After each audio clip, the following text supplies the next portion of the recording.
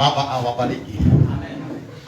Nachukua fursa hii kwanza kuwasalimu katika jina safi la Messiah. Shamjamboni.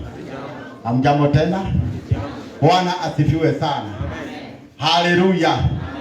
Hii ni siku nyingine, siku nzuri ambapo Baba ametuzawadia, ametuleta pamoja katika siku hii ya Sabato. Nashukuru pia kwa wale ambao wanaotazama kwa wakati huu wakiwa sehemu mbalimbali. Karibuni sana, tuungane pamoja katika ibada hii ya Sabato. Na wasalimia mkiwa kule manyumbani, wengine mkiwa katika shughuli mbalimbali. Mpokee salamu zangu kwa upendo wa Masihi Yeshua. Kwa hivyo kwa wakati huu nashukuru kwa sababu ya siku hii ya leo. Japokuwa Sabato hatukuwa pamoja nanyi ambao mko hapa, lakini kwa wale baadhi ambao huwa wanatutazama tulikuwa pamoja nao sehemu zile za Migori County, sehemu inaitwa Wendo. Tulikuwa tumetembelea wapendwa wa mahali pale na tukawa na wakati mzuri, maana tulikuwa live kama jinsi tulivyo. Tukawa na wakati mzuri maana tulikuwa na county, wakilishi wa county karibu 12. Walikuwa wametoka Kisumu, Busia, Hispania, Narok, sehemu inaitwa Kakamega, sehemu inaitwa Nyandarua, Nakuru, na pia sehemu ambayo inaitwa Migori. Kwa hivyo tulikuwa na watu aina mbalimbali katika mahali pale, Bomet, Kericho. Baba alitenda mambo ya ajabu. Baba asifiwe sana. Na walinipasha salamu zao, maana tulikuwa tumetembea na General Vasia Wambiro na pasta kadhaa ambao tulikuwa pamoja nao katika mahali pale, wote wenyeji wa mahali pale, na pia mapasta ambao tumeongea nao katika siku ya jana, wote waliniambia kwamba niwasalimie. Mmesalimika. Baba awabariki sana na mnapendeza. Haleluya. Mwambie mwenzako anapendeza kweli. Na kama hakuwapi ana wivu. Haleluya. Mwambie mwenzako unapendeza. Hata unapendeza. Bwana asifiwe sana. Kwa hivyo kwa wakati tuwashukuru wageni wetu, karibuni sana, tunawapenda. Nyinyi watu wenye dhamana mahali ambapo umeketi.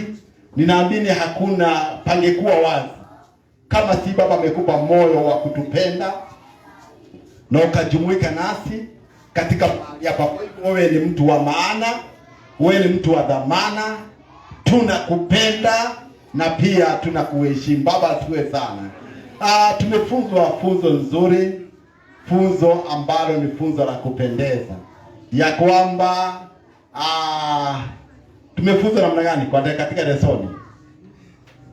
Kichwa lesoni, kukimbia mbio za ushindi. Kukimbia mbio za ushindi. Kwa hivyo iwapo kuna mbio inaweza kimbiwa na watu ili wapate kushinda, inamaanisha kuna mbio unaweza kimbia ukose kushinda. Baba asifiwe sana. Amen. Na hapo ndipo ambapo kuko na hatari. Kwa hivyo mbio ambao unaokimbia kulingana jinsi ambavyo mwalimu ametufundisha brother Kamau, inategemea unakimbia mbio aina gani. Na kila mmoja wetu ninaamini ya kwamba anapokimbia, ama wale ambao wanaoshindana katika mbio ama mchezo yoyote, hushindana ili wapokee kila ambacho wameahidiwa. Nasi pia tunaamini wale ambao wako katika hali ya wokovu, wako katika hali ya wokovu, maana kuna kitu ambacho wanacho kitazamia ambacho ni uzima wa milele. Nisomee Timotheo wa pili 2 aya yake ni ya 5. Timotheo wa pili 2 yake, maana nimesikia huo ujumbe umeniguza mimi, na nikawa najiuliza ya kwamba ile mbio ambayo ninayokimbia ni mbio aina gani? Baba atuwe sana. Amen. Ninakimbia mbio aina gani? Na mbio ambayo ninayokimbia, ninakimbia nipate kitu ama ninakimbia kwa sababu watu wanakimbia?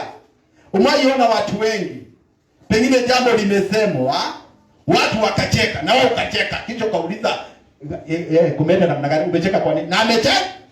Kwa hivyo kuna watu wanacheka kwa sababu watu wanacheka. Kuna watu wanakimbia kwa sababu watu wanakimbia, lakini hawajui ama hajui anakimbia kwa ajili gani. Ni kama vile kwa mfano, unacheka kwa sababu watu wamecheka, lakini haujui watu wamecheka kwa ajili gani. Ama hujaisikia mtu anauliza amecheka, lakini akakuuliza kwa nini tunacheka? Kwa nini tunacheka? Na ameshacheka. Ameshacheka. Sasa huyo ni mtu ambaye hana lengo. Bwana asifiwe sana. Amen. Inasemaje? Waraka wa pili wa Timotheo sura ya pili aya ile ya 5. Ndio. Hata mtu akishindana katika machezo hapewi taji, asiposhindana kwa halali. Hata mtu akishindana kwenye machezo ama kwa mchezo yoyote hawezi akapokea taji isipokuwa ashindane kwa halali. Kwa hivyo lazima yale masharti ambayo yamewekwa, zile kanuni ambazo ama sheria ambazo zimewekwa kwa ajili ya yale mashindano ambayo yanayoshindanwa, lazima utii. Ndio. Lazima ufuate. Na iwapo utaibuka kuwa namba moja na ukufuata yale masharti ama sheria ambazo zimewekwa, wewe hautapewa taji. Kuna mkimbiaji mmoja wa humu nchini alikimbia na akawa namba 3, namba 2 ama namba sijui, lakini alikuwa mmoja wa wale ambao wangepokea taji. Lakini kulipoangaliwa akaonekana ya kwamba alitoka nje ya nini? Yenye laini. Kwenye ile laini. Kwa hivyo hakupokea, japokuwa alikuwa mmoja wa wale ambao wangepokea taji, lakini kwa sababu hakufuata sheria, ndiposa Paulo akasema ya kwamba hata mtu kama hatafuata zile sheria, asiposhindana kwa halali, hawezi akapokea taji. Na sisi vile vile, wapendwa, tumewekewa zile sheria ambazo tumewekewa na Elohim wetu katika mashindano ambayo tunayoshindana. Na iwapo hatutafuata zile sheria ambazo ni amri 10 na ujira wa Asha Mesaya, hata tukae hapa milele na milele, ufalme hatutauona. Baba asifiwe sana. Kwa hivyo ni wewe ujiulize, unakimbia mbio aina gani? Tukasomewa na mwalimu kitabu cha Wakorintho wa kwanza 9:24. Paulo analinganisha mambo ya wokovu na mashindano.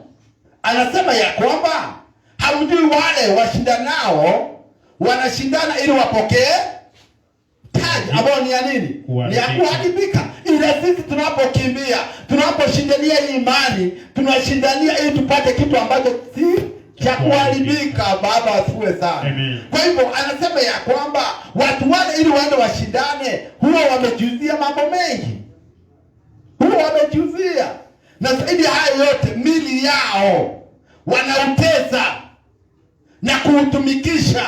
Wanafanya mazoezi usiku na mchana, wanakosa kula vyakula fulani ili watakapoenda katika yale mashindano waibuke wakiwa washindi. Hata kuna mavazi. Kwa mfano, wanaokimbia hawavai mavazi kama hii. Eti ya kwamba unaenda kukimbia na suit, unasema maaze eti na uko suit na tai namna hii, utashinda kweli? Kuna yale mavazi ambayo wanayoyatumia. Ndugu akatuambia kwamba lazima tuondoe mambo ambayo yametuzunguka, mambo ambayo ni mzito, ambayo yatatuzuia tupate kukimbia vizuri. Baba asifiwe sana. Na hayo mambo ni dhambi, uovu, mambo ambayo yatazuia ukose kwenda katika safari ya Zayuni. Baba asifiwe sana. Maana watenda dhambi hawatapokea taji, wapendwa. Haleluya. Mwambie mwenzako, watenda dhambi hawatapokea taji. Watenda dhambi hawatapokea. Hata wewe ni wa Sabato, ni wa Sabato, hata uende iti, hata uende sijui namna gani, kama utunzi amri za Baba, hakuna taji. Baba asifiwe sana. Kwa hivyo nataka kusema namna gani? Ni hiyo lesson inajaribu kuiweka nguvu kulingana vile mwalimu ametufundisha. Ni vyema wapendo, kama vile Paulo anasema ya kwamba ninapokimbia sikimbii kama naye bahatisha. Anabahatisha ama kusita. Nakimbia nikiwa najua ya kwamba kuna kitu ambacho ninacho kitasabia. Sikimbii tu kwa sababu watu wanakimbia. Na sikimbii kana kwamba ninakimbia tena ninaangalia nirudi nyuma ama namna gani niende. Sasa unakuwa uko pale haueleweki kama unakimbia upande hii ama unarudi nyuma. Watu wengi wako namna hiyo. Na ninaporusha ngumi sirushi kana kwamba napiga hewa. Ninaporusha ngumi narusha ngumi nikitazamia kuna kitu nitagonga. Baba asifiwe sana. Lakini kuna watu ambao wanarusha tu ngumi ovyo na utachoka na hakuna kitu utapokea. Kwa hivyo unaporusha ngumi, unapofanya jambo lolote katika hali ya wokovu, juu ya kwamba kuna kitu ambacho unacho lenga. Sasa unalenga nini? Wewe malengo yako ni yapi? Ukiwa katika kanisa hili, ukiwa mtu ambaye umeokolewa, lengo lako ni lipi? Huwa nawaambia kwamba katika ya Luka 8 Maandiko yanasema ya kwamba wakati Mwokozi alipokuwa akienda kihubiri, watu wengi walikuwa wamemzunguka na kila mtu alikuwa anataka kumpasa papasa. Watu wengine hata hii nguo amevaa, hata huyo kumbe anakuwa hata ni mtu ama ni kitu gani? Watu wengi wakawa wanampasa papasa na wamemzunguka, wengine wamemsonga, maana umati ulikuwa ukimfuata Mwokozi ulikuwa ni umati mkubwa. Lakini kuna mwanamke alikuwa na lengo tofauti. Bwana asifiwe sana. Amen. Yule mwanamke maandiko yanasema ya kwamba mimi nimetokwa damu miaka 12. Naam. Mimi sitaenda kumwambia nimetoka damu miaka 12, lakini mimi nitaguza upindo wa nguo la kwake. Na najua ya kwamba nitakapokuwa nikiguza ile pindo la nguo, najua ya kwamba nitapata uponyaji. Amen. Angalia lengo, angalia malengo. Wale wote waliokuwa wakimguza walimguza pasipokuwa na malengo yoyote. Lakini huyu mwanamke alimguza akiwa na sababu. Baba asifiwe sana. Na hakika maandiko yanasema ya kwamba wakati walipoguza upindo wa Mwokozi Yeshua, ile damu ikakauka na akapona. Sasa ile Mwokozi akasema ya kwamba kuna mtu ambaye ameniguza. Petro akamwambia, Bwana mkubwa, watu wengi wanakuguza, watu wengi akasema hapana, kuna mtu ambaye ameniguza, maana kuna nguvu ambayo nimesikia zimemtoka. Baba asifiwe sana. Amen. Na hakika hivyo ndivyo andiko inavyosema. Inasema ya kwamba yule mwanamke alipoona ya kwamba aweza kujistiri, akasema ni mimi nimekuguza, maana nilikuwa na shida fulani. Akamwambia, binti, pia wewe ni binti Ibrahimu, umesamehewa na umepona. Haleluya. Kwa hivyo kuwa na lengo, kuwa na sababu ambayo imepelekea uwe mtu ambaye umeokoka. Kuwa na lengo ambayo imepelekea kwamba uwe mahali hapa. Kama leo ni siku ya wanayouth ambao ni Sabato Elohim. Usije kwa sababu wanawiji watachangamka, sijui watafanya na hapana. Kuja kwa na lengo la kwamba nitakapokuwa katika nyumba hii ya baba wetu, najua ya kwamba kuna kitu baba atabadilisha katika maisha yangu. Baba asifiwe sana. Sitaki kuongea sana juu ya pale. Ninataka kuongea katika mada ya wanayuthi siku ya leo ambao wametuwekea kwamba ni kumngoja nani? Wanaomngoja baba hawataaibika. Baba asifiwe sana. Na pia nitaongezea jambo, kumngojea baba katika hali ya utulivu, katika hali ya ukimya. Wajua kuna kugoja na bado unanungunika, si kweli? Unagoja na bado unanungunika, lakini nataka kuongezea kumngoja baba katika hali ya ukimya, pasipo kunungunika. Wewe unamngoja tu pasipo kuongea, na kuna siri katika hali ya ukimya. Wakati mwingine kunyamaza pia ni suluhisho ya shida zako. Baba asifiwe sana. Hebu nisomee katika Zaburi 37 aya yake ya 7. Tumeingia katika sababu ya siku ya leo. Zaburi 37 aya yake ya 7 inasemaje? Zaburi sura ya 37 aya ya 7. Ndio. Ukae kimya mbele za Bwana, nawe umngoje kwa saburi. Usimkasirikie yeye afanikiwaye katika njia yake, wala mtu afanyaye hila. Bwana asifiwe sana. Amen.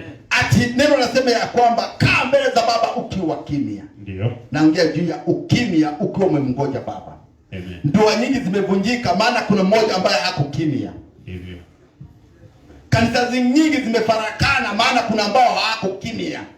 Walimngoja lakini wakawa wananungunika bado. Kwa hivyo Daudi yuwasema ya kwamba kaa kimya ukiwa mbele za baba ukiwa unamngoja. Naam. Baba asifiwe sana. Amen. Akaongeza jambo ya kwamba usikasike kwa sababu ya wale wafanikiao. Sasa hapo ndio tunalinganisha maisha yetu na mtu fulani. Unalinganisha maisha yako na mtu mwingine. Huwa anasema katika maisha hakuna classmate ama kuna classmate. Hawapo. Shule ndio kulikuwa na classmate. Lakini katika maisha kila mtu wako kwenye darasa la kwake. Ndio. Bwana asifiwe sana. Amen. Ama nataka kusema watu wote mlikuwa mnasoma nao kwa darasa moja, mliko katika maisha moja? Hapana. Ulipotoka shuleni, uklasmate ulishia mahali pale. Leo hii kila mtu wako kwa darasa. Kwa hivyo maisha yako hutalinganisha na maisha ya mtu yule mwingine. Sasa watu wengine hapo wanamgoja baba na bado wananungunika. Na maandiko yamesema ya kwamba kaa kimya mbele za baba wetu. Bwana asifiwe sana. Wacha kunungunika ukasema ya kwamba fulani tulisoma na yeye. Sasa angalia bila ameinuliwa, amefanikiwa, amepata kazi, na kuambia katika shule ndio kuna classmate, lakini katika maisha kila mtu ana klasi yake. Sijui amepata watoto na tulisoma na yeye, sijui amehitimu, sijui ameoa, sijui ameolewa, sijui namna gani.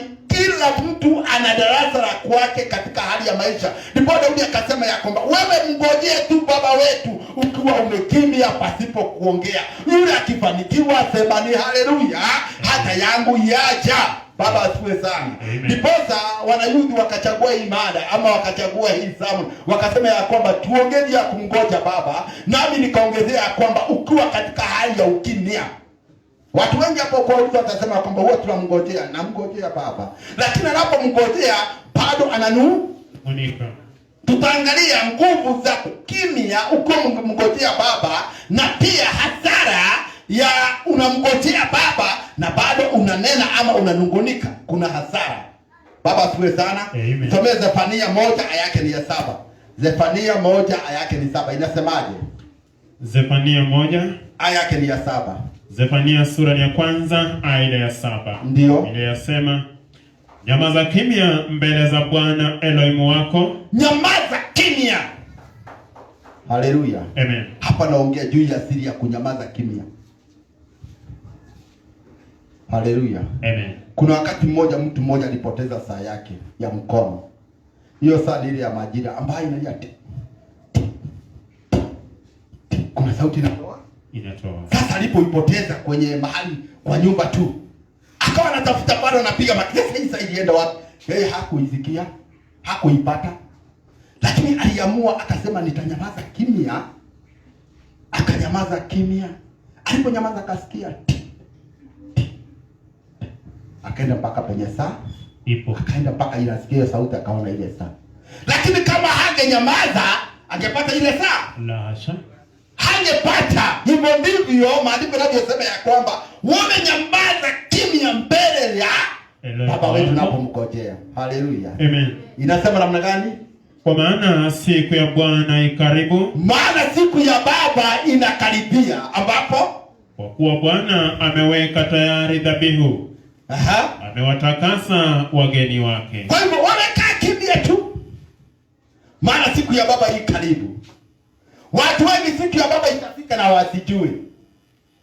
Walingojea ndio, lakini walingojea bado wako na ile hali ya kunukunika.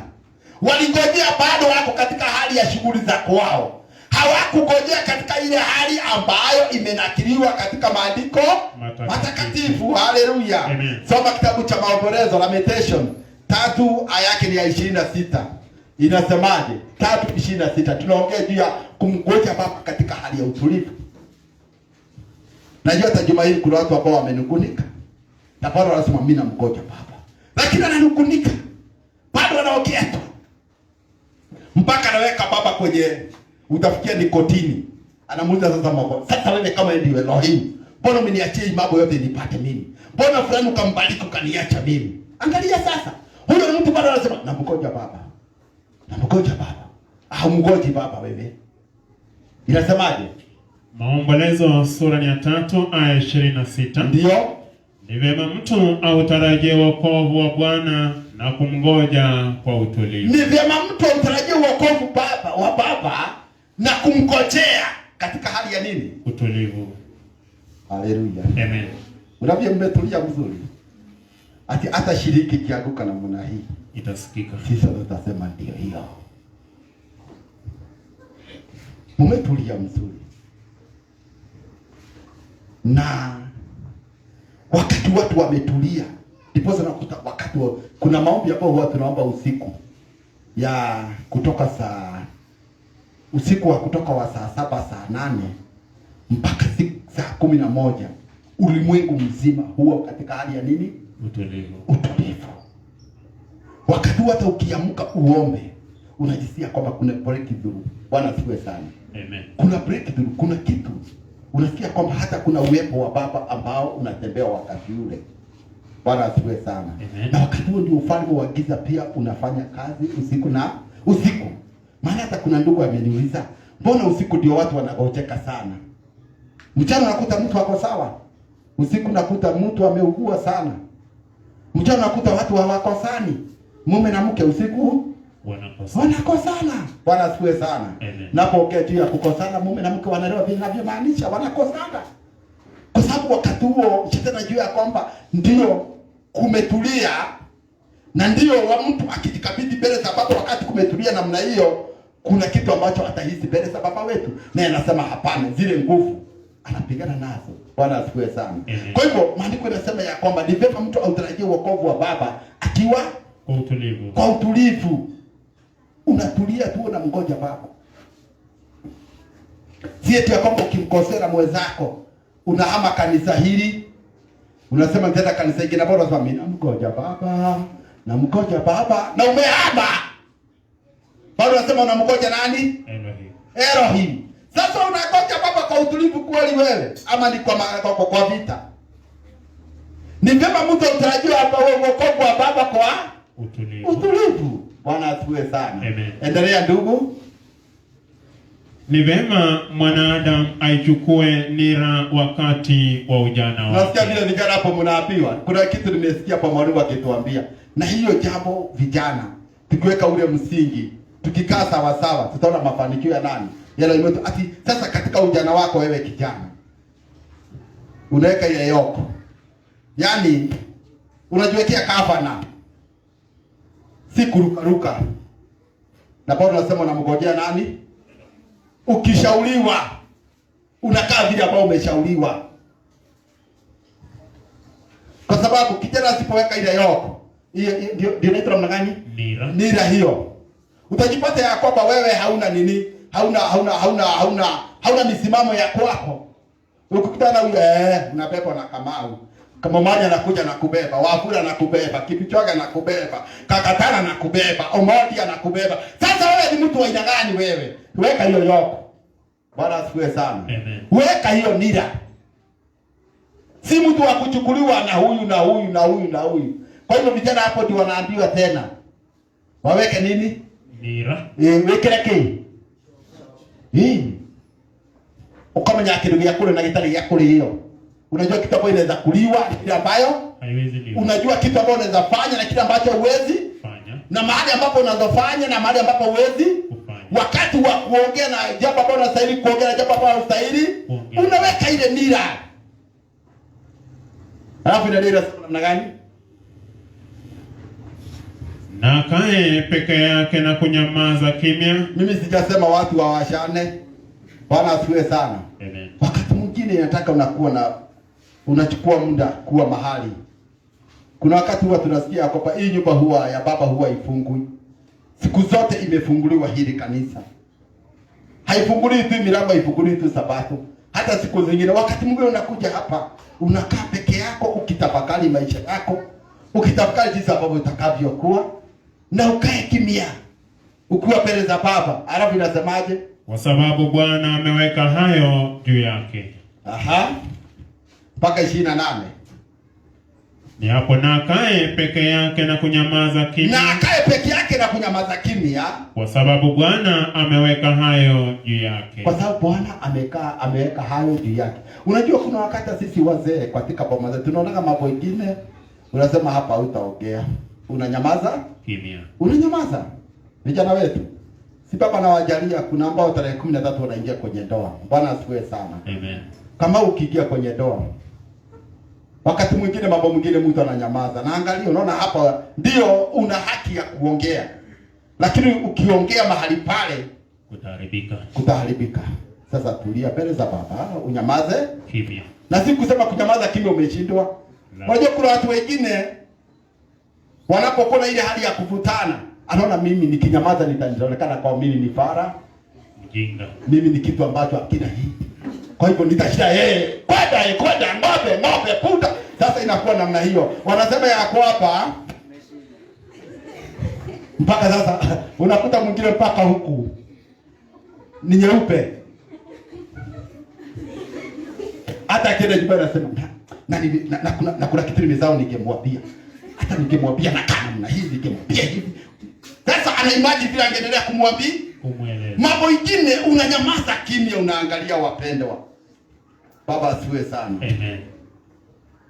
Sisi tunaelewa ndio wazazi. Nacho kisema wazazi wananielewa. Mambo mengine unanyamaza, unasema hapa nikiongea kwamba itaharibika, ndoa itavunjika. Kwa hivyo inabidi unanyamaza, unasema kweli nitaenda kwa wakati ambao unaofaa. Bwana asiwe sana. Amen. Si kuongea tu. kama mashindano, utajiletea shida. Itakuwa ni shida mpendo. Wewe tulia tu. Mgoje Baba. Amen. Na Baba atatenda. Amen. Inasema katika kitabu cha Zaburi 62 aya yake ni ya 5. Nafsi yako naiambia namna gani? Zaburi sura ya 62 aya ya 5. Nafsi yangu umngoje Elohim peke yake, kwa kimya tumaini langu hutoka kwake. Ati nafsi yangu umngoje Baba kwa kimya. Kimya. Walimu walisema tufundishe juu ya kumngoja Baba. Lakini kiomba tuongeze hiyo jina katika hali ya ukimya.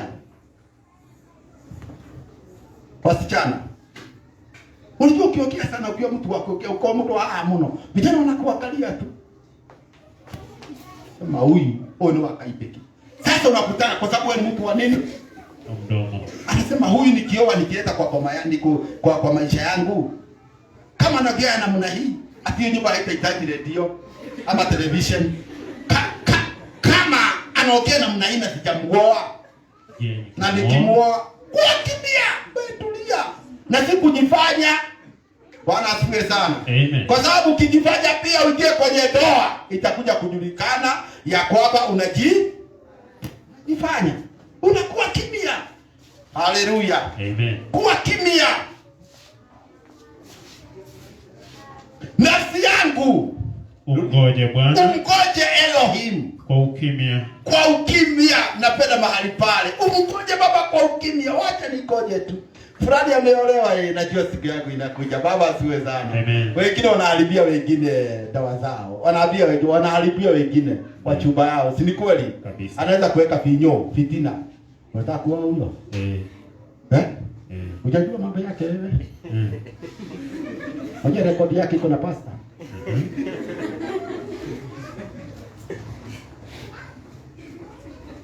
Unataka kuolewa na huyo? Unajua Imani hajashikilia mzuri kabisa. Unajua kuna ule msichana walikuwa naye saa 5 ya usiku. Sasa kabla hajauliza msichana ulikuwa wapi? Wakati umepaka maneno sasa ndio unakuja na failo. Kama prosecutor. Unakuja na failo.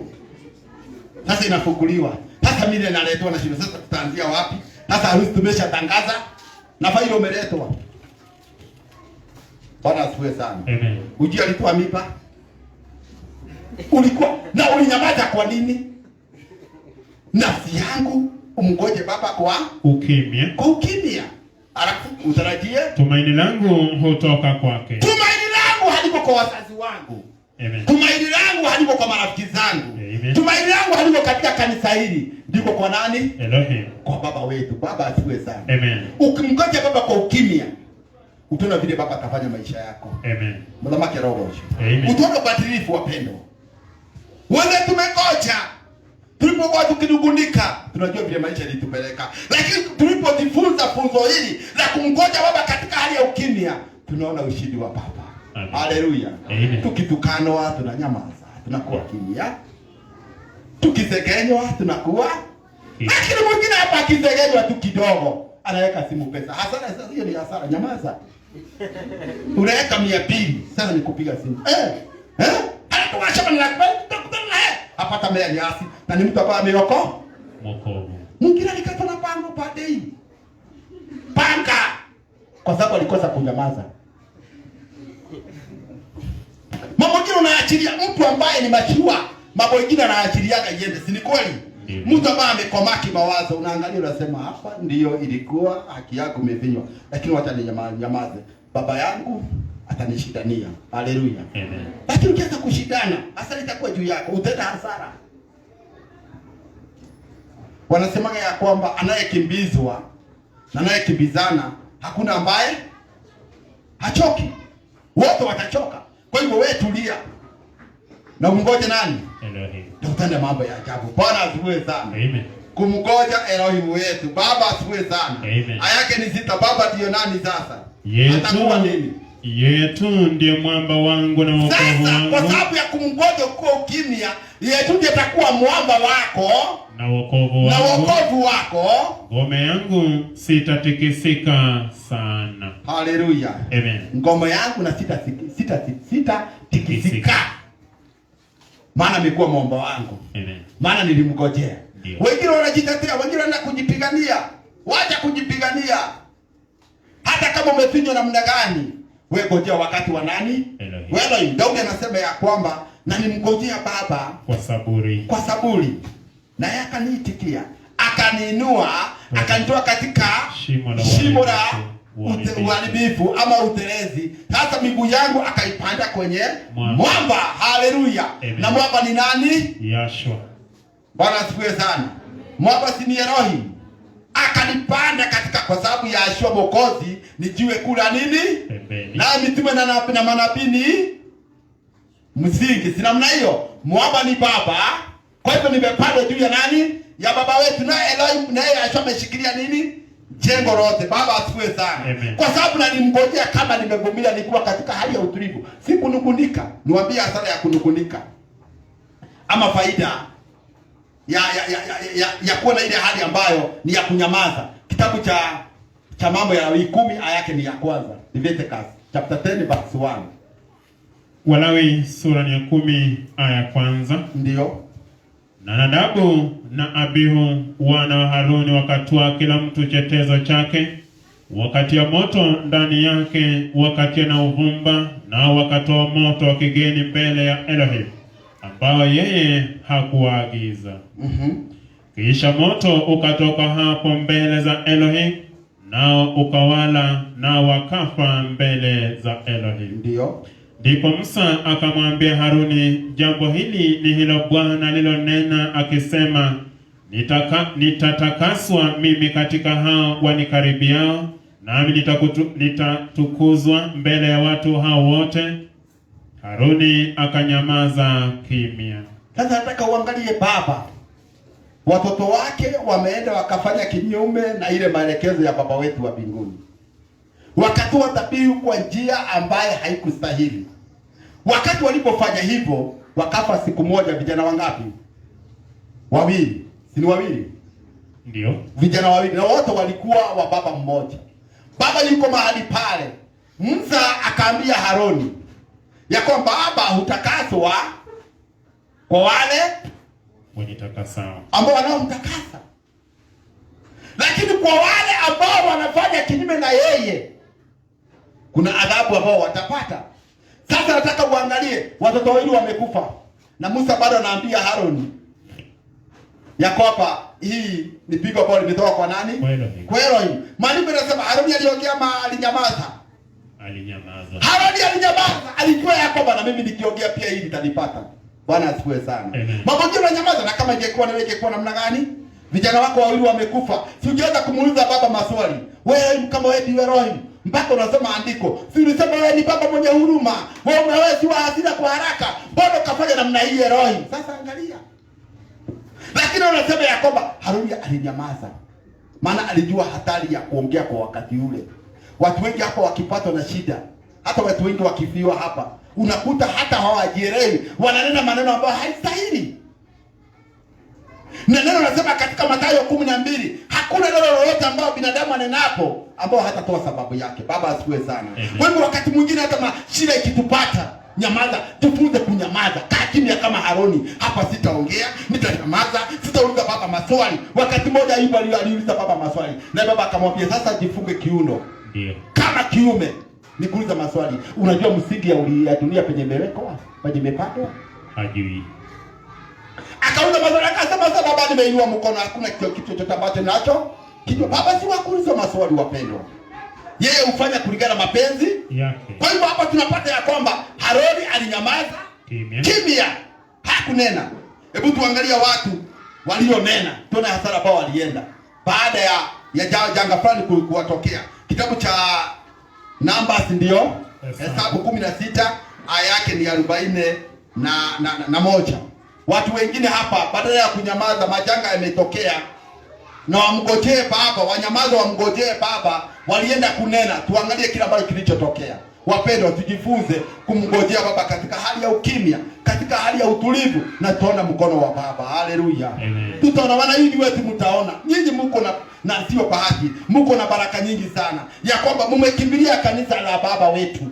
Mnapata watu wa kuwapatia mawaidha. Sisi wenzetu tulipokuwa vijana hatukupata watu wa kutupa mawaidha. Tulikaa kulingana na mawazo yetu na jinsi ambavyo tuliona ya kwamba inafaa. Hatukuambia kwamba hii ni mbaya ama ni nzuri. Tulikaa tu namna hiyo, lakini mmebarikiwa.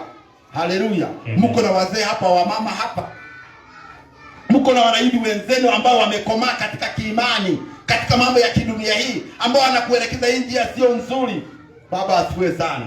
Inasemaje hawa watu walifanya namna gani? Hesabu sura ya 16 aya 41. Ndio. Lakini siku ya pili yake mkutano wote wana wa Israeli wakamnung'unikia Musa na Haruni wakasema. Ndio. Ninyi mmewaua watu wa Elohim. Hapa ni wakati ukisema kuanzia aya ya 10 aya ya kwanza hiyo Hesabu 16. Maandiko yanasema ya kwamba ni wakati akina Kora na akina Dathan na akina Abiram na wengineo waliokusanya na kuambia Musa ya kwamba na Haruni, sisi sote pia tumetosha kuongoza mkutano gani? Hii. Musa akawaambia kwamba siku iliyofuata tukutane ili tujue kwamba hakika ni yupi baba ananena na yeye.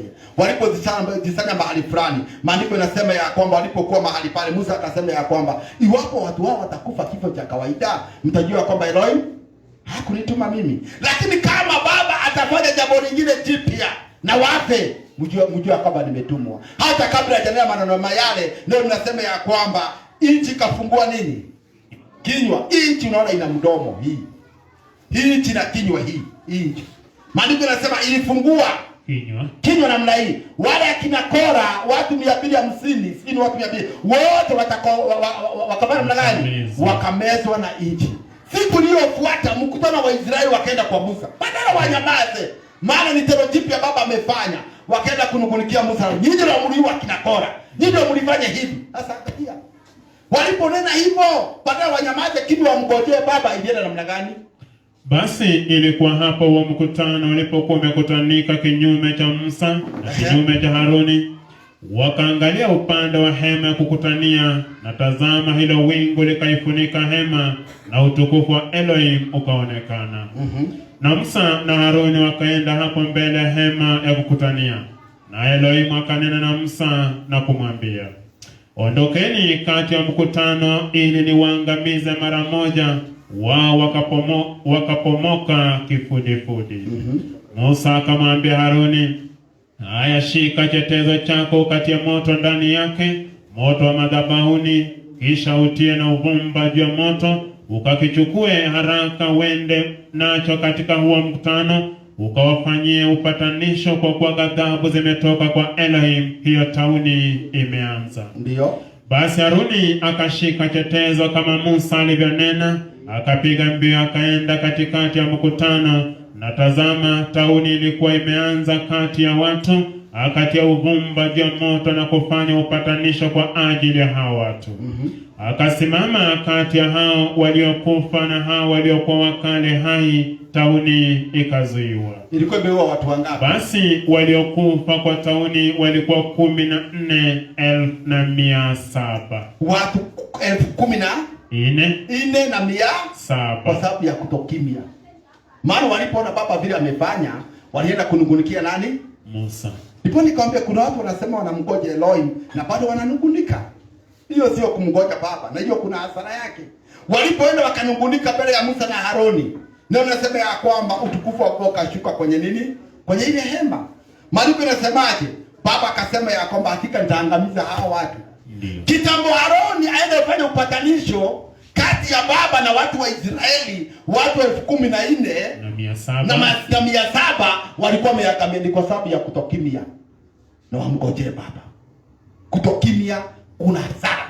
Wakati mwingine tunanyamaza. Hata sisi wachungaji tunaangalia, tunasema hapa tungenena, lakini hatutanena. Tutanena kwa wakati ambao sio kila wakati unanena tu. Wakati mwingine unanyamaza, unatulia tu, unaangalia maneno kwa macho, kwa sababu utanena na utaharibu.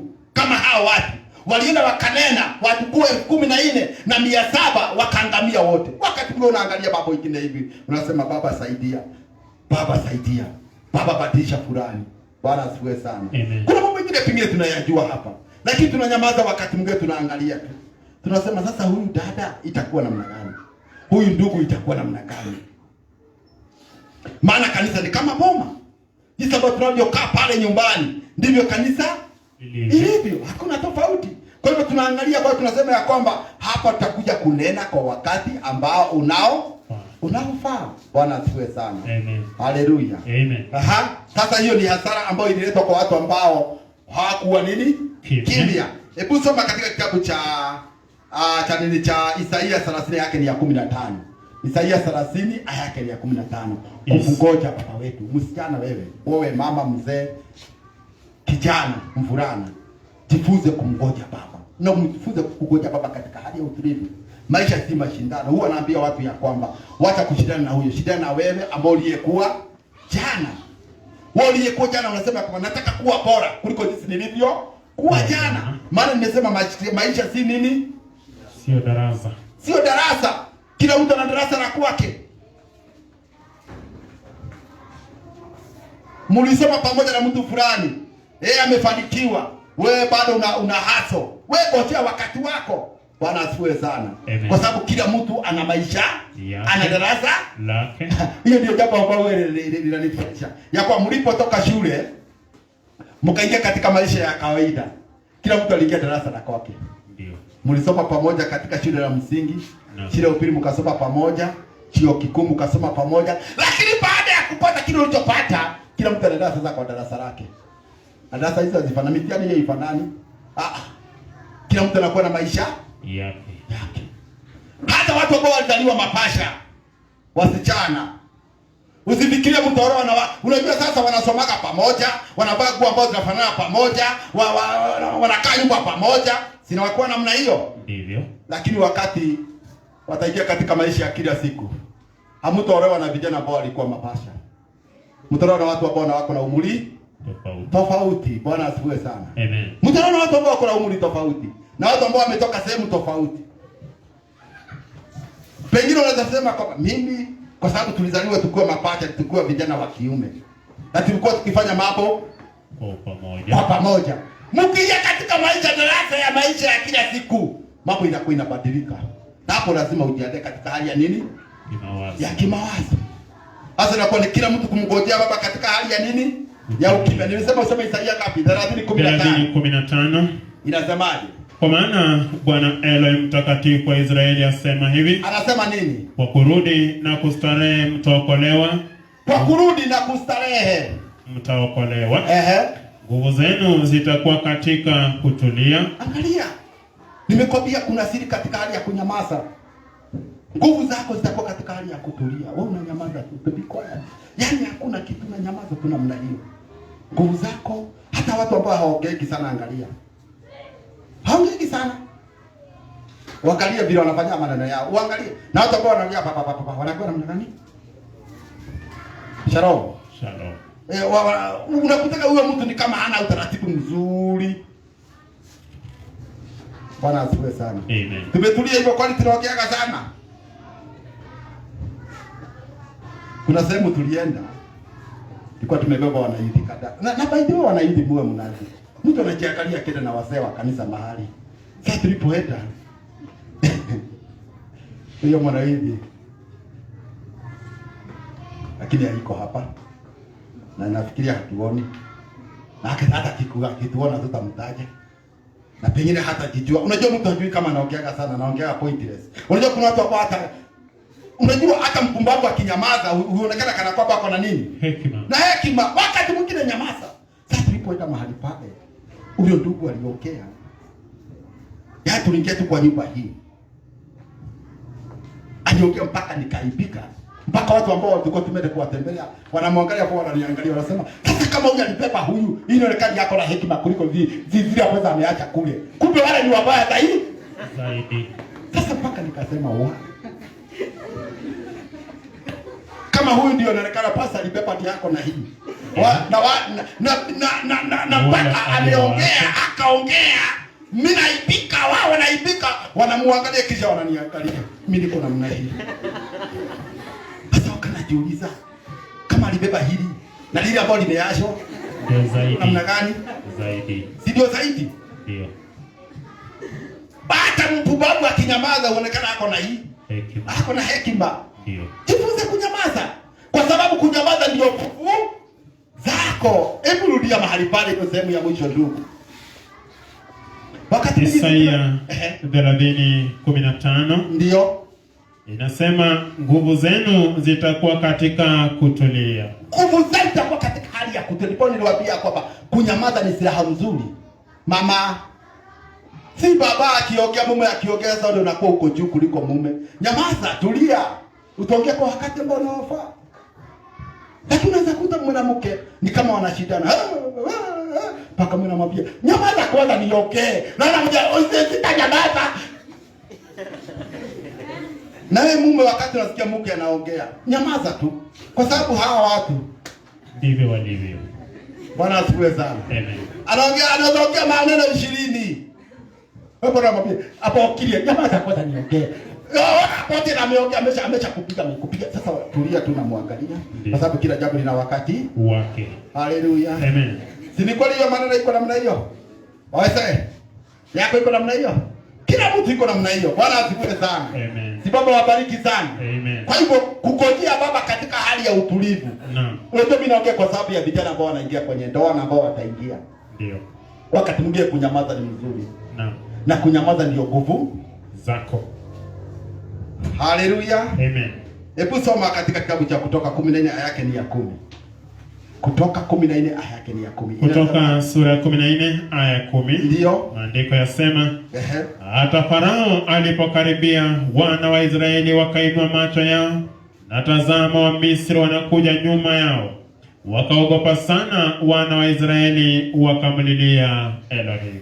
Alafu wakamwambia Musa, je, kwa sababu hapakuwa na makaburi katika Misri, umetutoa huko ili tufe jangwani? Mbona umetutendea haya kututoa katika nchi ya Misri? Ndio. Neno hili silo tulilokuambia huko Misri tukisema, tuache tuwatumike wa Misri, maana ni afadhali kuwatumike wa Misri kuliko kufa jangwani. Ndio. Musa akawaambia watu, msiogope, simameni tu mkauone wokovu wa Elohim. Haleluya. Msiogope. Tumgoje nani? Elohim.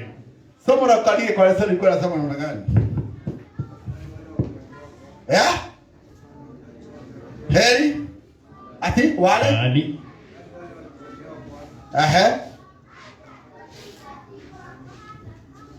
Bwana asifiwe sana. Haleluya. Amen. Shalom. Shalom. Imewatoka. Mnangojea kuiba. Hebu turudi mahali pale. Ati walipotazama wakaona hawa ni wa Misri. Ndio. Wamewafuata. Na mbele kuna bahari ya nini? Shamu. Kuna bahari ya Shamu. Wakasema wao tumeisha. Wakaanza kunungunikia nani? Musa. Lakini Musa kuna kitu ambacho aliwaambia. Aliwaambia na mnarudia mahali pale. Musa akawaambia watu. Angalia watu ambao hawakuji na haraka ya kunena maneno. Wananaa jambo moja ambalo ni la kufariji watu. Inasemaje? Msiogope. Msiogope. Simameni tu. Msimame tu. Kwa sababu gani? Mkauone wokovu wa Elohim. Kwa sababu kama mtagojea Elohim, msimame pasipo kuogopa, mtaona wokovu wa nani? Wa Elohim. Wa Elohim. Baba asiwe sana. Amen. Wasichana mmesikia hiyo maneno? Weka tu hapo gojea wako. Wacha kwenda ati sasa unaenda kule nje unaolewa. Kama kijana mwingine sehemu fulani akaenda akawa akaniambia, pasa nimekuletea huyu batize kwa sababu nataka kumuoa. Unasikia hiyo maneno? Nataka kuoa huyu, nataka ubatize yeye. Sasa kwa hivyo huyu anaolewa, anabatizwa ili aoleke. Kwa hivyo si kwa sababu ya kuamini nini? Imani. Mwingine akasema, si pasa nimekuletea mshiriki mwingine hapa. Si utulie tu namna hiyo, ni watu tunajaza kanisani. Wewe tulia hapa ufanye ndoa ambao tunatazamia kufanya, ambao zimekuwa zikifanya na watu wengi hapa. Baba asifiwe sana. Amen. Kuna watu wengi hapa wamefanya maharusi. Waligojea baba hapa wakiwa wametulia. Wakagojea baba mpaka wakati 3 ikafika. Wanaume hawaishi ama wanaisha? Wanaisha? La. Hawaishi. Sikuishi matiradira. Wasichana wa vulana wanasema kila siku wanazaliwa warembo. Si wanasema maana hiyo? Wewe sikoje hata kama utakuwa na toedi. Na yako unaona ni kama haikuweko jea. Pengine itazaliwa wakati umefikisha toedi. Ukifikisha 35 ameweza kukomaa. Kifika nini? Unaoa. Amen. Katika kanisa. Amen. Katika kuwa hakuna umri kabisa. Hata kuolewa hakuna umri. Nani alisema kuna umri? Hamna. Hakuna Biblia ambayo inasema ya kwamba sasa unajua ndiko kwa tunasema na ukipicha 35 hakuna kuolewa. Hakuna hata ukifikisha bote ukiwa hapa msena. Wewe tulia kwa hapa. Uimbage ile ipo inasema. Baba asiwe sana. Amen. Ndio. Wewe ngoja baba. Ukisikia ndani kadi nasomwa. Weka wimbo. Weka chorus. Na siri ya kuchoma watu. Imba yako nasema ni. Na mngoja Bwana. Kwa kimbia. Ndio. Bwana asiwe sana. Amen. Na atakuja. Amen. Atakuja. Ndio. Ama sio kweli? Ni kweli. Atakuja. Ndiposa Musa akaambia Waisraeli, msiogope. Simameni tu. Simameni tu. Mkaona wokovu wa Elohim. Mtaona wokovu wa Baba. Amen. Baba asiwe sana. Amen. Wacha kubadilisha imani ili ukaoe huko. Katu. Muradi kijana merida amuri 10, msichana merida amuri 10, si ni sawa sawa hiyo? Kuna jambo lingine mahali pale. Sasa unasema wako unaona ni kama ako Sunday yako Jumapili. Kuna mwingine aliuliza, "Basi unataka kusema yule bwana nitaoa hapo kanisa la Sabato?" Nilisema wewe kanisa la Sabato. Nikasema kama hii ni kama iko na nini? Na nikawa mokolino. Na amevaa nguo ndefu.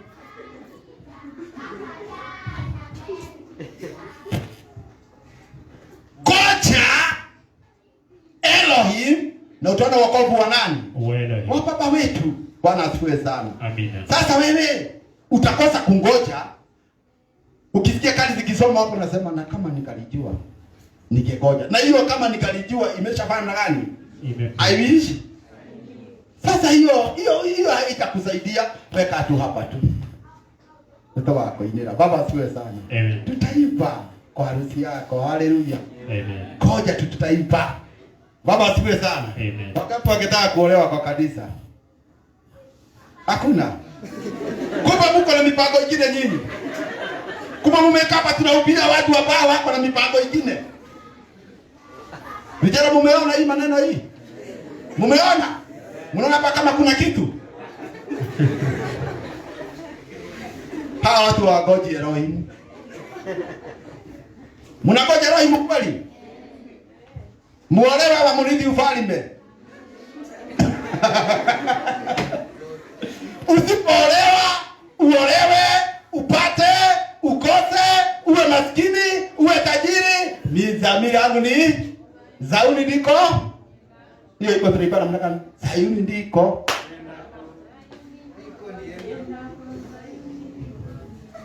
Na kama ningesema kuolewa ndiko nasubiri. Najua hapo mngechangia sana na mweka hata kila mzee mpaka unakuta mtu anasema na hii ndio nasubiri. Wewe wakati kadi inasoma hapa tunapoita ndugu fulani ambaye anataka kuoa. Wasema hapa naona watu wote wanakana na hiyo anafurahi. Lakini injili ikifika ya kwenda Sayuni, kutamka na kuangalia hivi na sio hiyo na kuna namna. Hakuna kitu kizuri kama uzima wa nini? Bwana asifiwe sana. Amen. Na huko ndiko ambapo tunaelekea wapendwa.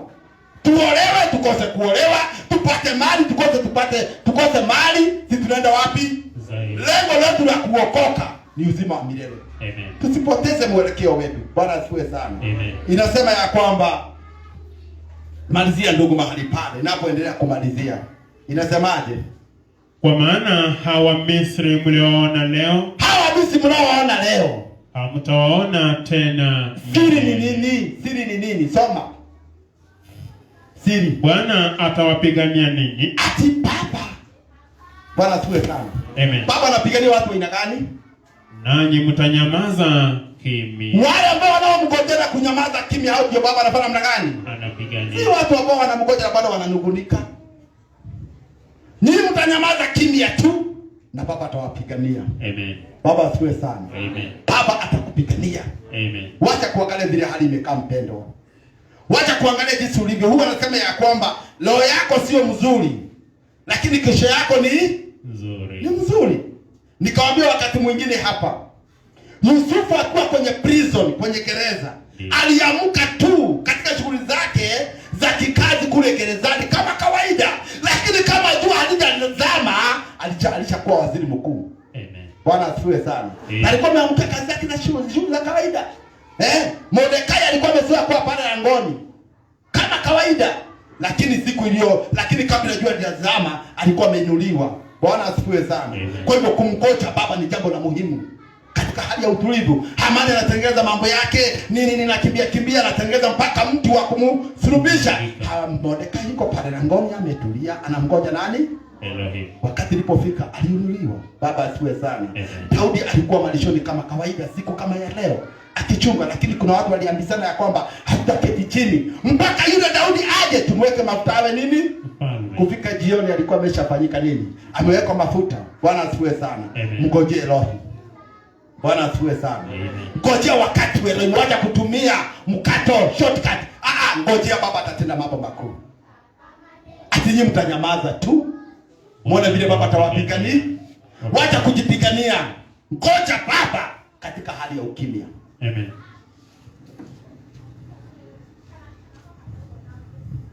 Umeanza kuona ile makosa ulifanya.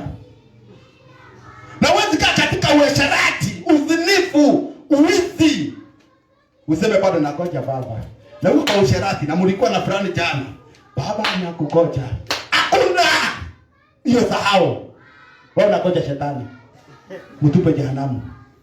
Utumu kwa uasherati, uzinifu, utumu katika uwizi. Baba anasema namkoja baba. Ariana tangira munya mwenye matiro wale hinya. Mario boka gatadeli madiage.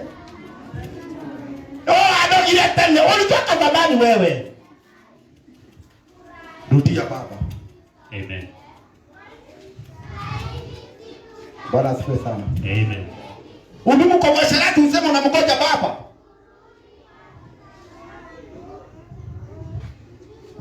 Sasa bwana unamwangalia muda hii. Useme bado unamgoja Yusufu. Ni kweli unamgoja kweli? Unagoja nani? Shetani. Unagoja nani?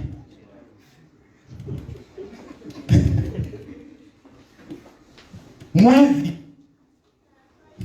Wewe kwa kiipa. Mbona kuna wamazi wewe zipatie mahali pa kulala? Atakuipa. Atavaa nguo yako aende nayo. Hata viatu anachukua. Na sijui kama anapima penya taraa na hapo hiyo itamtosha. Na utaona itamtosha na nenda nayo. Huyo si mwizi. Hapo anasema namgoja Elohim. Tunaongea mama niongeze. Na ni kimwizi. Imani. Baba. Sasa imani ya kulipa ama ya kubadilika?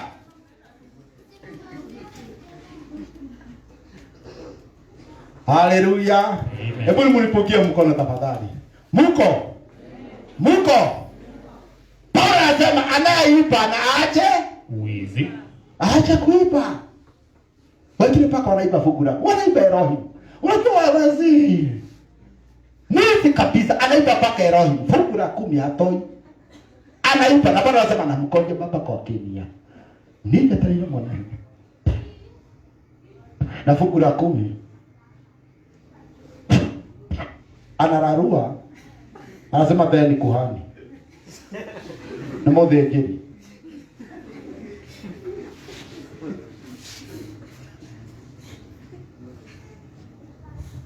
Tunamgoja nani? Elohim. Kwa? Ndugu, sinisema maandiko mawili nimalizie. Kuna mtu alikosa kumgoja baba hapa.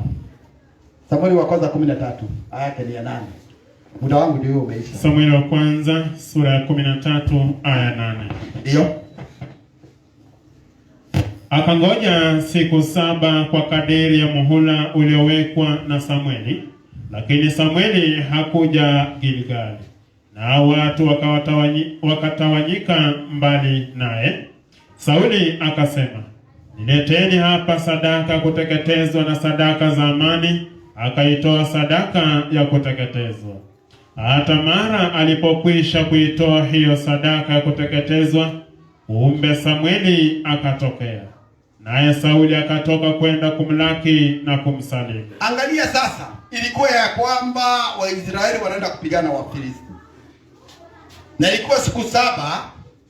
Baada ya siku 7 ikitimia, Samueli atakuja kutoa nini? Dhabihu, ili Waisraeli wakapigane. Lakini maandiko yanasema ya kwamba siku 7 zilipoisha, wakingojea, hapo ndio jina kungojea inaingia. Haleluya! Wakingojea kwa muhula ambao ilikuwa imesemekana atakuja. Baba hachelewi na hakuji kwa mapema, anakuja kwa wakati ambao unaofaa. Yaani ameona ndio wakati umepita. Wakati wako hujapita. Maandiko yanasema ya kwamba watu wakaanza kutawanyika. Hata marafiki wakikuasha. Sauli wakati alipoona watu wanatawanyika akasema, sasa unajua kuna watu wanaangaliaga watu. Kuna ugonjwa ambao iko. Watu watasema nini? Wanafikiria namna gani? Wananiona namna gani? Hiyo ndio imeumiza watu wengi tu mpaka wanafanya vile ambavyo hakuhitajiki. Atumanyo na gati. Wacha kuangalia, baba anakuona. Okay. Baba anakuwaza vipi? Baba anasema nini? Hiyo ndio kitu ambacho ingekusumbua. Lakini watu wako kusema, wako pale kusema. Kwa hivyo Sauli aliangalia watu. Akaona sasa watu wameanza kuenda. Sasa mimi ndio nimebaki hapa na watu wachache. Akasema leteni. Akafanya kile ambacho hangesalifa. Akatoa dhabihu ambayo hangesalifa namna gani? Kutoa. Ikamalizia namna gani? Kufanya kutongoja. Kuna hasara. Ilimletea Sauli hasara gani? Samueli akasema, ndio, umefanya nini? Naye Sauli akasema, ni kwa sababu naliona ya kuwa watu wanatawanyika mbali nami, na wewe hukuja siku zile zilizonenwa, na Wafilisti wamekusanyika pamoja huko Mikmasihi. Basi nikasema, Wafilisti watanishukia sasa mpaka Gilgali kabla sijaomba fadhili za Bwana. Kwa hiyo nalijishurutisha nikatoa sadaka ya kuteketezwa. Aliambia umefanya jambo la hekima la upumbavu. Naye Samueli akamwambia Sauli, umefanya upumbavu, hukuishika amri ya Elohim wako aliyokuamuru, kwa maana Bwana angaliufanya ufalme wako kwa imara juu ya Israeli. Hiyo shida ilitokea kwa sababu ya kutomngoja nani? Elohim. Angekoja tu mahali pale. Maana vita sio zake, zilikuwa za nani? Za baba wetu. Soma andiko ambalo tunamalizia nayo. Mnakumbuka yule mtu katika Yohana 5. Hapo maandiko inasema ya kwamba alikaa miaka 30 na ngapi? Na 38. Miaka 30 38 akiwa pale anangojea. Maana kuna wakati malaika alipokuwa akija katika yale maji akiachibua yule ambaye ataingia wa kwanza alikuwa anapata uponyaji. Na kwa hiyo hawako wanaambia malaika atakuja kesho ama mwezi ujao ama juma lijao ama mwaka ujao. Lakini walikuwa hawakivunjika moyo. Walikuwa wakingoja tu. Tunajua ya kwamba malaika wakati mmoja atakuja na yale maji atafanya gani?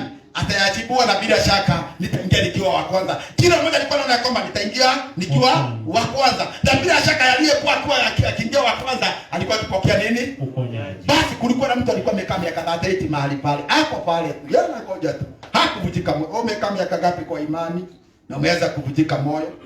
Miwili. Unaona kama umekaa sana 38. Hapa hakuna kijana. Hapa hakuna 38. Shalom. Shalom. Shalom. Hakuna hapa kijana kuna data. Iko. Kama iko ajue kama ndio wakati nafika sasa. Baba huyu. Inafika kama huyu mzee. Inafika baba huyu. Usivunjike moyo, ngojea. Usiwe kama Sauli. Ni kidogo tutaongezewa. Ndugu huwa ananifurahisha. Yeye aliambia mke wake tutapata gari ya kwa tunaenda kanisani. Kwa jamaa rogo. Kweli. Sasa mahali ambapo alikuwa amekadiria kuwa kama binadamu, ilipokosa kuja, aliambia mke wake, baba amesogeza mbele kidogo. Haleluya. Na kabisa ilipofika alipata, maana alikojea, hakuvunjika. Sasa unavunjika nini? Hasa huyu mtu amekaa dhati ako mahali pale akagojea. Na kwa sababu alikaa mahali pale akigojea, wokovu wake ama uponyaji wake ilifika kwa wakati ambao baba alikuwa ameamuru. Maana Yeshua alipofika mahali pale, alimuuliza, "Ungetaka kupona?" Ndio. Akasema, "Bwana mkubwa, mimi nimekaa hapa siku nyingi. Na sina mtu wa kunichukua wakati maji yanapo tibuliwa. Nikienda kuingia mwingine ameshaingia." Na hakuvunjika moyo, alikaa mahali pale, maana maisha ni foreni. Huyu akihudumiwa, unajua yangu itakuwa kesho. Bwana asifiwe sana. Amen. Na kama sio kesho, ni kesho kutwa. Na kama sio kesho kutwa, itafika kwa sababu ya mapenzi ya nani? Elohim. Ya Elohim wetu. Maandiko inasema aliambiwa, "Chukua godoro lako." Unafanya namna gani? Soma andiko la mwisho tumalizie ndugu. Kitabu cha Zaburi 44 aya yake ni ya 17, tunamalizia mahali pale. Zaburi sura ya 44 aya 17. Ndio. Zaburi 44 aya 17. Haya yote yametupata bali hatukukusahau. Sasa sikia mahali pale. Ndio tumepata na shida aina mbalimbali. Tumekumbana na challenges katika hali ya maisha. Haya yote yametupata lakini hatuja kusahau. Baba wetu hatuja kusahau. Haleluya. Si kama umemsahau kwa sababu ya shida ambazo zimekupata. Haya yote yametupata lakini hatukukusahau. Alafu wala hatukulihalifu agano lako. Hata agano lako hatutahalifu. Ndio haya yote yamekuja lakini tungalipo tunakugoja Elohim. Amen. Tunakugoja tu. Tukiwa tumekimia, tukiwa hatunuguniki. Sasa tunajua wakati wa wokovu karibu. Alafu malizia, hatukuiacha mioyo yetu irudi nyuma. Bwana asifiwe sana. Amen. Wengi waliacha mioyo, wengi walirudi nyuma kwa sababu ya mambo kuwapata. Lakini Daudi anasema haya yote ndiyo yametujia, lakini hatukuacha mioyo yetu ama kuhalifu amri zako ama kuacha mioyo yetu irudi nyuma. Tulifanya nini? Wala hatua zetu hazikuiacha njia yako. Wala hatutaacha njia zako Baba. Baba asifiwe sana. Mwambie mwenzako, mimi sitaacha hatua ama sitavunja amri za Baba. Mimi sitavunja amri za Elohim. Huyu amekuambia jirani yako? Kama hajakuambia mwambie wewe, na kama unataka namna hii. Huko sawa. Bwana asifiwe sana. Umemaliza? Hata utuponde katika malizia hapo. Bwana asifiwe sana. Amen. Si Baba wabariki sana. Tukojee Baba katika hali ya ukimya. Mumeona siri ya kukimya? Siri ya kukimya inakuinuliwa. Amen. Siri ya kumgoja Baba kwa wakati wake, wakati wa Baba wake kukadiria Baba muda. Bila kama Baba atakuja mwezi huu. Unasema mwezi huu amalize miaka 20. Na si kusema hata itwe Elohim, ataendelea kuitwa nani? Elohim. Sahi kama wewe, Yeshua akija sahi, wewe una deni na harusi. Sisi kuingia ufalme hakuna jambo lingine. Huna deni. Ama kwa yuko na deni. Sema sasa Yeshua etulia kwanza tuingie kwenye ndoa kwanza. Hapana. Bwana asifiwe sana. Huna deni. Wewe lako ni kumngoja nani? Elohim. Baba wabariki, awadumishe kwa wokovu. Na vijana wetu tafadhalini, tujifunze kumngojea Baba. Tuache kurukaruka. Tuache kurukaruka. Huyo ambaye aliolewa na huyo, mimi wanaongea kwa sababu hiyo ndio jambo kubwa ambayo inakuwa kwa wasichana na wavulana. Huyo hakuwa wako. Wewe ngojea ubavu. Wewe ngojea tu. Unaweza kwenda kuchukua kidogo inaingiza hewa. Hapo uchukue kubwa inakufinya inakufinya. Wewe ngojea inakupanda tu. Sasa unakuwa pale tu kwenye ndoo ya kujisukumia kwa sababu ulichukua kidogo ambayo haikuviti pale. Ngojea yako. Si Baba wabariki na wadumishe. Nyimbo za sifa kisha programu uendelee. Nyimbo za sifa tafadhali.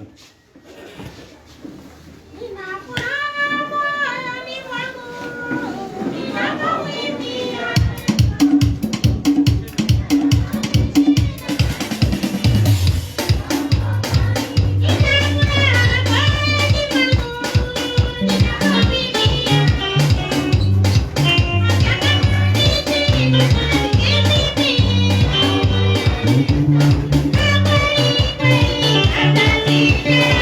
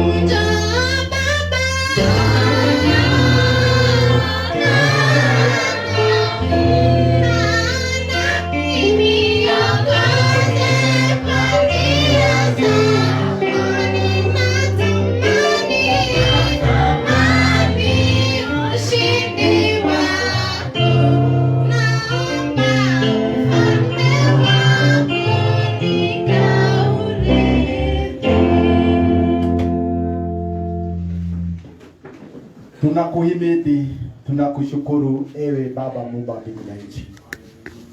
Tuwasema ni asante Elohim kwa ajili umekuwa msaada, mfariji na hata mponyaji wetu. Tunasema ni asante maana Baba wetu, nguvu zako na uwezo wako zimepata kuonekana katika kikao hiki. Tunasema ni asante maana Baba wetu umetuchagua sisi kutoka kwa mataifa ili tuweze kuitanishwa na Elohim wa Israeli. Katuwezeshe Baba wetu kuishi maisha ambayo ni ya kupendeza mtakatifu wa Israeli. Dhambi na maovu na hata mambo ambayo ni chukizo ambayo tumekuwa tukifanya ukapata kutusamea mtakatifu wa Israeli. Ili nguvu zako za Roho Mtakatifu zikapate kutufunza kutenda kulingana na haki na utakatifu wako Baba wetu. Ili Mesaya Yeshua aliye Mwokozi wetu atakapodhihirishwa nasi tupatike katika ufalme ule Baba wetu kupitia Mesaya. Asante maana siku ya leo tulikuwa tumeiteua kwa ajili ya vijana wetu mtakatifu wa Israeli. Tunakushukuru maana Baba wetu umewaokoa kutoka Baba wetu mataifani Elohim wa Israeli. Kuona kizazi tulicho nacho mtakatifu ni kizazi chenye zinaa ambacho mtakatifu kimepotoka. Lakini vijana hao wetu mtakatifu umewatoa katika kizazi kile mtakatifu wa Israeli. Ukateua ili wao watumishi katika nyumba yako mtakatifu wa Israeli. Ukapate kuwadumisha Baba wetu katika nyumba hii mtakatifu wa Israeli. Na Elohim wetu ukapate kuwatimizia haja ya mioyo yao mtakatifu wa Israeli. Na ombi lolote ambao kijana ama msichana huyu ameweka mbele zako mtakatifu wetu, ukapate kumtimizia Baba wetu kupitia Mesaya. Tunakushukuru maana Baba wetu umetufunza jinsi ya kukungojea mtakatifu katika hali ya ukimya. Wakati mwingi tumekuwa watu wa kunungunika, tumekuwa watu mtakatifu tumekosa kukungojea mtakatifu wa Israeli. Tunakusihi roho hiyo ikapate kushindwa katika maisha yetu kupitia Mesaya. Tunakuomba kama jinsi watu walioshinda walio Baba wetu kungojea katika hali ya ukimya, roho hiyo waliokuwa nao Baba wetu ukapate kutupa mtakatifu wa Israeli ili tukapate kushinda mambo yote ya dunia Elohim wetu kupitia Mesaya. Tunakushukuru kwa sababu ya wazee na wamama ambao wamejumuika pamoja na wanaidi wetu. Wabariki wainue mtakatifu maana wamekuwa msaada mkubwa katika wanaidi wetu mtakatifu wa Israeli. Maana hao ndio wazazi wa vijana hawa mtakatifu wa Israeli. Ukawabarikie kuwapa hekima na maarifa ili wakapata neno la kuwapa vijana hawa. Ili jina lako likapate kutukuka na kuinuliwa Baba wetu kupitia Mesaya. Bariki kanisa la Stima ambao liko Nakuru mtakatifu wa Israeli. Liinue Baba wetu na Elohim wa Israeli ukapate kulitakasa. Licha hivyo Baba wetu likapate kuongezeka katika mazao ambayo ni ya kupendeza Baba wetu. Nao maovu na mambo ni ya ubatili ukapate kuyaondoa yote Elohim wetu kupitia Mesaya. Kuna vijana wetu na wageni wetu wametoka sehemu mbalimbali. Tuwabarikisha kusanyiko zao mtakatifu wa Israeli. Popote ambapo wametoka ukajimuka pamoja na vijana wetu, ukawabariki wale wanaotumika mahali pale mtakatifu wetu, na ukawadumishe katika nyumba yako Elohim wetu kupitia jina la Yeshua Mesaya. Kuna watazamaji ambao wamekuwa tutazama mtakatifu wa Israeli. Tuwakuomba kwa wale ambao hawakujui, ukapate kuwapenda, ukapate kuwavuta wakakuja katika nyumba yako, ili wakapate kuokoka, wakapate ondoleo la dhambi Elohim wetu kupitia jina la Yeshua Mesaya. Baba wetu, kuna mtoto ambaye ni mgonjwa ambaye ni wa Mboi, yuko na mamake kule nyumbani, tunamkabidhi mbele zako wakati huu wa mchana. Baba wetu, ukapate Elohim wa Israeli kumtendea mambo mema, ili baba yake atakapokuwa kitoka mahali hapa, nasikia kwamba mtoto wake ameponywa, jina lako litaliwe na kutukuzwa Elohim wetu kupitia jina la Yeshua Mesaya. Wengi ambao ni wagonjwa katika mahali hapo, ukapate kuwaponya, walio nyumbani, walio hospitali, hata walio kwa kitazama. Iwapo kuna mtu yote ambaye ni mgonjwa, yuko mahali pale kitandani, kwa uwezo wako na nguvu zako mtakatifu wa Israeli, ukapate kumponya Elohim wetu kupitia jina la Yeshua Mesaya. Tunakushukuru kwa sababu ya mahali ambapo umetufikisha tuko kama nchi yetu ya Kenya. Tunakuomba kwa ajili ya ugonjwa ambao baba yetu limekumba ulimwengu mzima, hasa baba yetu nchi yetu ya Kenya, ukapate kukumbuka, ukapate kutuondolea ugonjwa huu Elohim wetu kupitia jina la Yeshua Mesaya. Tunakushukuru kwa sababu ya viongozi wa kanisa na viongozi baba wetu wa kiserikali, kutoka president wetu mpaka yule sub chief ama mzee wa kijiji, wote wabarikiwe kwa hapa hekima na maarifa Elohim wetu kupitia jina la Yeshua Mesaya. Tunatakia ushindi wa amani, ubariki Israeli, kawainue mtakatifu wa Israeli, na hata ukawapa baba wetu baraka za kipekee Elohim wetu kupitia jina la Yeshua Mesaya. Wakati mwingine utakapokuwa tuleta pamoja na tuwe baba wetu katika hali Elohim wa Israeli ya kuonya na kufundisha na kufarijiwa na kuongezewa nguvu, tutakushukuru na tutakwambia ni asante. Na nikutie jina safi la Mesaya Yeshua tumeomba na tumeamini. Amen. Tunashukuru kwa sababu ya watazamaji wetu. Mbarikiwe sana na baba wetu kwa jinsi ambao umekuwa msaada kwetu, umekuwa mkiandamana pamoja nasi, na ninashukuru kwa sababu ya michango yenu ambao mmekuwa mkitoa, mkisema ya kwamba jinsi ambao mmekuwa mkifanikika na kujengeka na hata kubadilika. Baba wabariki, awadumishe, na hata wakati mwingine tukionana tutakuwa na mapenzi ya baba. Shalom, shalom kwa heri.